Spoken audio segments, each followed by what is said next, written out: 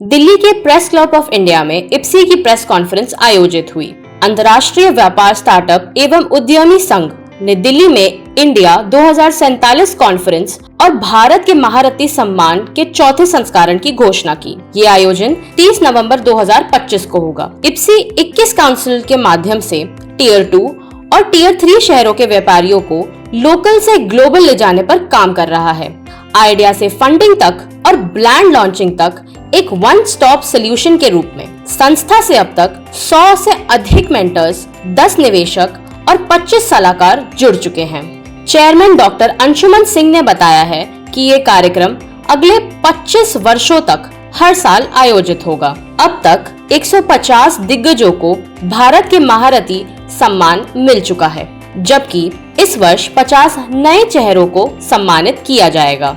इस वर्ष स्विट्जरलैंड की company Citizen Lane title sponsor और किरोड़ीमल कॉलेज का CISE विभाग कॉलेज पार्टनर रहेगा। कार्यक्रम में startup investor meet, B2B, B2G meet और ब्रांड लॉन्चिंग मुख्य आकर्षण होंगे। इसका ये मतलब नहीं कि आपके अंदर टैलेंट की कमी है, और ऐसे में एक जिम्मेदार भारतीय नागरिक होने के नाते हमारा दायित्व है कि जहां पर भी टैलेंट छिपा है उस टैलेंट को हम ढूंढें और ढूंढने के बाद उस टैलेंट को एक मंच दें। तो हमारा संगठन भी भारत के महारथी सम्मान के जरिए हर साल ऐसे 50 लोगों को चयन करता है और मेरिट के आधार पर बिना किसी रजिस्ट्रेशन फीस के हम उनको हर साल भारत के महारथी सम्मान से नवाजते हैं।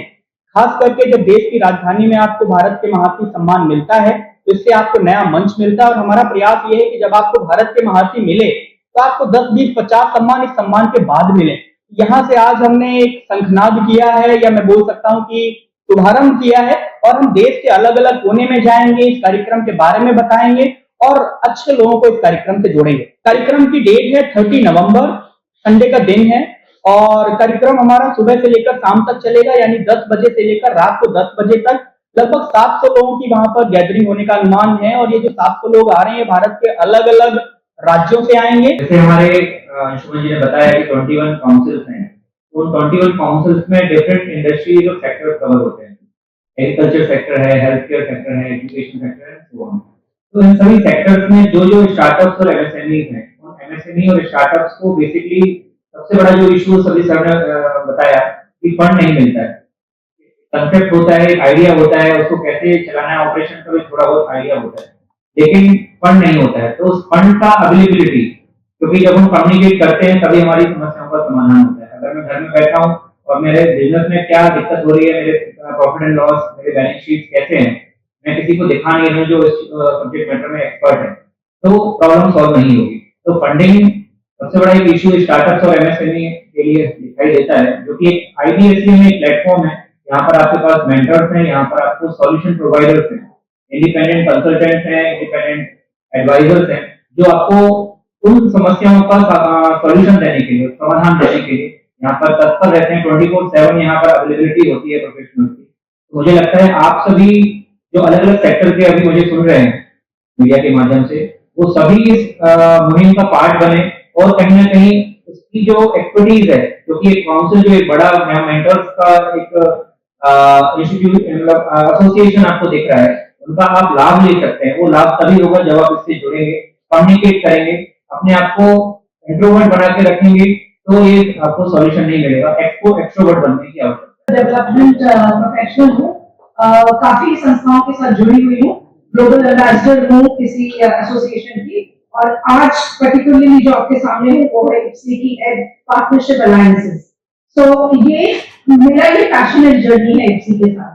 25 साल, जैसे आप 21 वर्टिकल्स की बात कर रहे थे, भारत का कल्याण या विकसित भारत तभी हो पाएगा जब एक हीरा को चारों तरफ से चल रहा है। अगर हम एक डायरेक्शन में काम करेंगे तो आई डोंट थिंक कि हम सेल्फ रिलायंट भारत तक पहुंच पाएंगे। तो जो विजन देखना, ड्रीम देखना एक अलग बात है, बट ग्रास रूट लेवल पे जाके उसको अमल करना, उस पे काम करना, I think each one of us, जैसे आपने इनको सुना था, इज वर्किंग RSS के मोड पे होके कई जगह जा रहे, कह रहे थे कि I am going to teacher देख रहा हूँ ग्रास रूट, वैसे ही मैं एजुकेशन के सेक्टर पे मैं वो कहती हूँ कि करियर के साथ जो हम करियर देते हैं, डिग्रीज के साथ डायरेक्शन देना बहुत जरूरी है।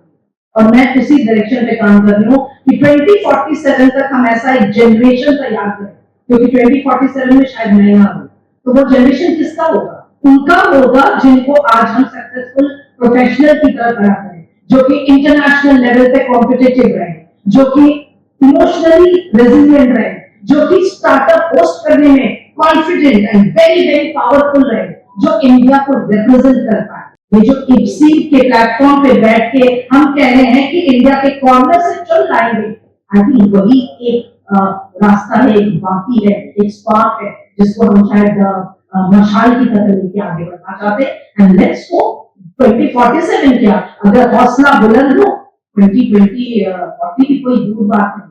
तो जय हिंद, जय भारत। सबसे बड़ी चीज है कि इस उम्र में ये नजरिया और ये सोच लेके जो अंशुमन चल रहे हैं वो वाकई में काबिल तारीफ है। इसमें एमएसएमई का बहुत बड़ा रोल है। सबसे ज्यादा क्या है कि एंटरप्रेन्योर लोग जितने भी हैं वो उससे जुड़े रहेंगे और सारे के सारे जितने हम लोग मेंटर्स हैं और हमारी सेवाएं लेते रहे और सब एक दूसरे जुड़ के साथ में काम करते रहे, ये हमारा लक्ष्य रहेगा पूरा का पूरा। सबसे पहले मैं ये कहना चाहता हूँ about इप्सिया। I don't call Anshuman, I call Ipsia, because it is a family. It's a very closely knit family, and I observed later there are a lot of emotions attached to it. Towards Narendra Modi, towards Viksit Bharat, towards India. India, when we talk, it goes emotional very much. हमारा दिल के अंदर से आता है, हमारा हर भावना जो है इंडिया से जुड़ा रहता है। इसके अंदर जो है IPSA is already it is not an association. Today we are a company of about 10 individuals at top line which are guiding this company today. I am heading MSMEs, startups, new industry houses. You are coming from the engineering background, I selected this. I told that, let me contribute towards all the startups, MSMEs, and actually industry is my passion. Now we are going into a screening process wherein we want to select, each state, not just coming to one particular state and one particular, but we are going into each, award into each 21 categories, particularly agriculture sector, ignore, biotechnology sector, ignore, IT definitely is on the top of the world, but we want to bring agriculture to the top, we want to bring biotechnology to the top. I already discussed with a couple of people of agricultural scientists in my Jammu and Kashmir University last conference.